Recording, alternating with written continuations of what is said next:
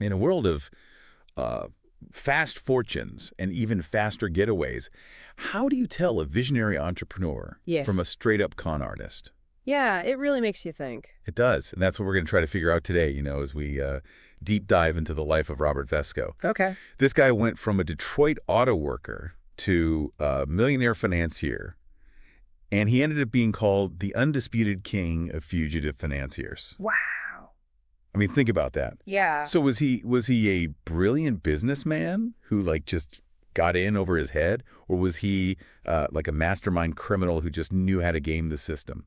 It's a great question. It's one of those questions that's really fascinating, and it's really hard to answer because his story's so full of contradictions. Right. He's incredibly ambitious, driven, but then he's also ruthless, willing to cut corners, had a knack for spotting opportunities, but he also had a tendency to push things too far. Right. So it's a really interesting story. So to try to get to the bottom of this, we've got a stack of sources here. We've got articles, we've got biographical info, we've even got quotes from people who knew him, and we're going to kind of try to trace his journey chronologically Okay. to see if we can like spot the moment where that ambition may have crossed the line into something more sinister. Yeah, let's do it. Sounds good. So Robert Vesco, he's born in Detroit in 1935. Right. His father worked on the Chrysler assembly line. Pretty typical blue collar upbringing. Right. Yeah, totally. Normal, kind of working class upbringing. Not exactly the launching pad you would expect for an international financier. Yeah, exactly. Yeah. But even as a kid, like Vesco, he had these big dreams, like huge dreams. Okay. He wanted to get out of Detroit. He wanted to be the president of a corporation. He also wanted to be a millionaire. And he set these goals for himself by the time he was 18. Wow. Talk about ambition. I mean, that's serious ambition. Mm. So how did he go from the factory floor to the world of high finance? Well, he was a hustler right from the start. Okay. Like from day one. He actually dropped out of high school, and then he dropped out of engineering school too because he couldn't stand the structure. Wow. So he started working at this investment casting company, and he really quickly learned the ropes. Wait, so he dropped out of 2 schools to work in finance? Yeah. That's a big gamble. It was a gamble, but it paid off, Right. because he had this natural talent for spotting opportunities. Okay. So with just $800, he started brokering deals in the aluminum market, matching buyers and sellers. So he was basically like a middleman. Yeah, Yeah. exactly. Wow. But he was good at it. Okay. He ended up owning part of a failing aluminum plant and through some really clever maneuvering, turned it around for a profit. Oh. Yeah, and by 1965, when he was 30 years old, he had enough money to buy this small machine parts company. It was called Captive Seal. Okay. But he renamed it International Controls Corporation, Okay. or ICC. ICC, got it. Yeah, and this is where things get really interesting, right? So it's the mid-1960s. Right. The stock market's booming, Yeah. and Vesco's perfectly positioned to ride that wave. Right. He's in the right place at the right time. Exactly, and he wasn't afraid to take risks, so he used ICC's rising stock price to borrow heavily and then use those loans to acquire other companies. Hold on. Can you explain that a little more? Like, Yeah. how does that work? Like, Here- exactly. So it's a little complex, but essentially he was leveraging the value of ICC's stock Okay. to expand his empire. Okay. So he'd use ICC shares as collateral to secure loans, Right. and then use those loans to buy other companies. Right. And then those acquisitions would boost ICC's stock price even further, allowing him to borrow even more money. So it was like a self-perpetuating cycle. Exactly. Yeah. It was a very risky strategy. Right. But for a while, it worked brilliantly. Okay. By 1968, just 3 years after taking over this tiny valve company, Vesco was worth an estimated $50 million. Wow. Yeah. ICC owned an airline, multiple manufacturing plants. He had achieved all 3 of those goals he set for himself as a teenager. Wow. That's pretty incredible. Yeah. I mean, from Detroit auto worker to millionaire corporate president in just a few years, that's a meteoric rise. It is. But I mean, this is also where the grifter question starts to emerge. Right, exactly. Right. Yeah. Because I mean, his success was built on some pretty aggressive tactics and creative accounting. That's right. He was really known for pushing the limits of legality. He was Yeah. using complex financial structures, exploiting loopholes. Huh. So, some people really admired his business acumen. They called him a genius. Right. Others saw him as this reckless gambler Mhm. and thought that he was playing fast and loose with other people's money. Yeah. So there were very mixed opinions about him, even at this early stage. Yeah. Yeah. And this all comes to a head with the iOS scandal. Exactly. Right. Yeah. This is where things go from risky business to potential criminal activity. Right. So in 1970, Vesco sets his sights on Investors Overseas Services, Okay. or IOS, iOS, okay. which was this massive mutual fund that was facing some serious problems. Can you explain what a mutual fund is for, I think some of our listeners might not know. Sure. You Yeah. know what that is. A mutual fund is basically a pool of money from many investors Okay. that's used to buy a diverse portfolio of stocks, bonds, or other assets. Right. And the idea is to spread the risk Right. and allow investors to benefit from professional management. Right. Right. So iOS was actually one of the largest mutual funds in the world at that time, but they had been plagued by mismanagement and scandal, and they were facing what we call classic run, where investors are panicking Right. and they're pulling their money out, Right. Right. which causes the fund's value to just plummet, Right. like free fall. Yeah. So Vesco saw an opportunity. He did. He saw a company that had vast assets. Right. Even if those assets were troubled, he also saw a company that was really vulnerable, Right. desperate for somebody to come in and save them. Right. And that's exactly what he did. Yeah. Or at least that's how it appeared. So how did he take control of iOS? So he swooped in with a loan, a $5 million loan. Okay. And that loan he had to borrow himself. Oh, wow. But that loan gave him a seat on the board of directors. Good. Then, with another $5.5 million also borrowed, he bought out the iOS founder, Bernie Kornfeld. Wait, so he used borrowed money to buy control of this massive mutual fund. Yes. That's And in just a matter of months, Yeah. Robert Vesco was in control of iOS, and it's nearly $700 million in assets. that is some bold maneuvering. It is. But what was his plan? Yeah. Did he actually intend to turn iOS around? Yeah. Or was this just a giant grab for cash? Well, that's where things get really interesting, Okay. and that's where we'll pick up in part 2 of our deep dive Okay. into the life and times of Robert Vesco. Looking forward to it. Okay, so we left off with Robert Vesco. He's in control of a troubled but still very valuable mutual fund. Right. Hundreds of millions of dollars at stake. What happens next? Well, this is where things take a darker turn. Remember, iOS was already under investigation by the SEC Oh, right. for various financial irregularities. Right, and now Vesco, a guy known for his aggressive and sometimes questionable business practices, is suddenly in charge. Right. I mean, what could go wrong? Yeah, it seems that Vesco's idea of turning around iOS wasn't quite what regulators had in mind. Right. According to the SEC, instead of trying to stabilize the fund, Vesco began systematically transferring assets Yeah. into this complex web of shell companies and offshore accounts that he controlled. Well, hold on. You're going to have to break that down for me. What's a shell company? Sure. And why would he move money offshore? So a shell company is basically a company that exists only on paper. Okay. It doesn't have any real operations or assets. Okay. And it's often used to hide ownership Okay. or to move money around in ways that are difficult to trace. Okay. So it sounds like he was trying to cover his tracks. Right.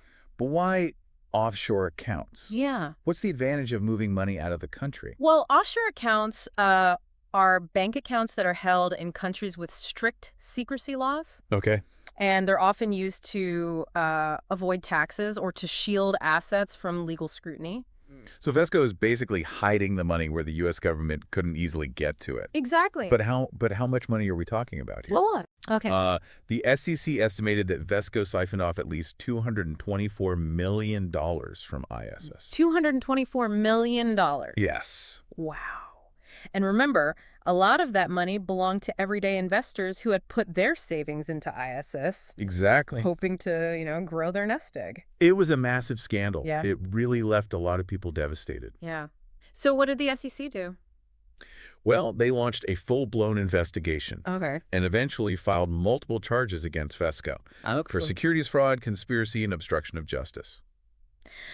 Wow. So, but this was all happening in the early 1970s. Right. Was white collar crime taken as seriously back then as it is now? That's a good question. Uh, While financial regulations existed, they weren't as robust as they are today. right. And there was perhaps a bit more tolerance for, shall we say, creative business practices. Right. Right. So did Vesco like just shrug it off? Uh-huh. Did he think he could outsmart the SEC? He certainly tried. Okay. He denied any wrongdoing. And claimed that he was a legitimate businessman who was being unfairly targeted. Okay. He even hired a team of high-powered lawyers to fight the charges. So how'd that go? Not well. Okay. As the evidence against him mounted and the legal pressure intensified, Vesco realized he was in deep trouble. Right. He knew that if he stayed in the U.S., Yeah. he was likely facing a lengthy prison sentence. Right. So he did what any self-respecting fugitive financier would do. Okay, what's that? He ran. Wait, he actually fled the country. He did. Wow. In February of 1973, Vesco boarded his private jet, a Boeing 707, Okay. which he had customized with a disco and a sauna, no less. Wait a minute. A disco Yes. and a sauna Uh-huh. on a private jet. Yes. Talk about flying high. Literally. Literally. But seriously, he just left everything behind. He did. His business, his home, his family. He did. And it wasn't just a quick getaway. He took millions of dollars with him, much of it allegedly stolen from iOS. So he's living it up in Costa Rica, millions of dollars richer, and the SEC can't touch him. Well, not quite. Okay. The SEC continued to pursue him, trying to extradite him back to the United States Okay. to face the charges against him. But he was out of their jurisdiction. Huh. Right. Right. What could they do? Well, they tried to apply diplomatic pressure, Okay. but Vesco had chosen his refuge carefully. Okay. Costa Rica at the time didn't have an extradition treaty with the United States. Smart move, I guess. Yeah. From a legal standpoint. Yeah. But how did he manage to stay under the radar? Didn't the Yeah. U.S. government try to track him down? Of course they did, but Vesco was a master of evasion. He used aliases, he moved frequently, and he cultivated relationships with powerful people who could offer him protection. So he wasn't just running. He was building a new life for himself in exile. Right. What was that life like? Well, it certainly wasn't roughing it. He continued to live lavishly. He was throwing parties, traveling the world, engaging in various business ventures. Okay. He even tried to buy an entire island. Wait, an entire island? Yeah. What was he going to do with an island? He wanted to create his own sovereign nation. Oh, wow. A place where he could live by his own rules beyond the reach of any government. Okay. It was a bold, some might say delusional, plan.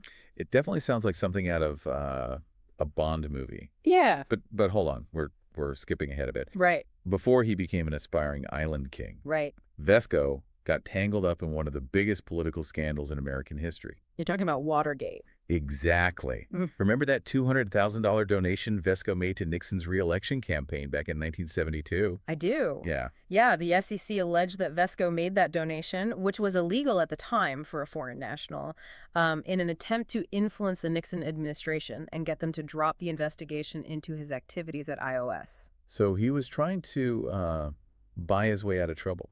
That's the allegation. Yeah. And it gets even more complicated because that money was allegedly part of a larger slush fund Okay.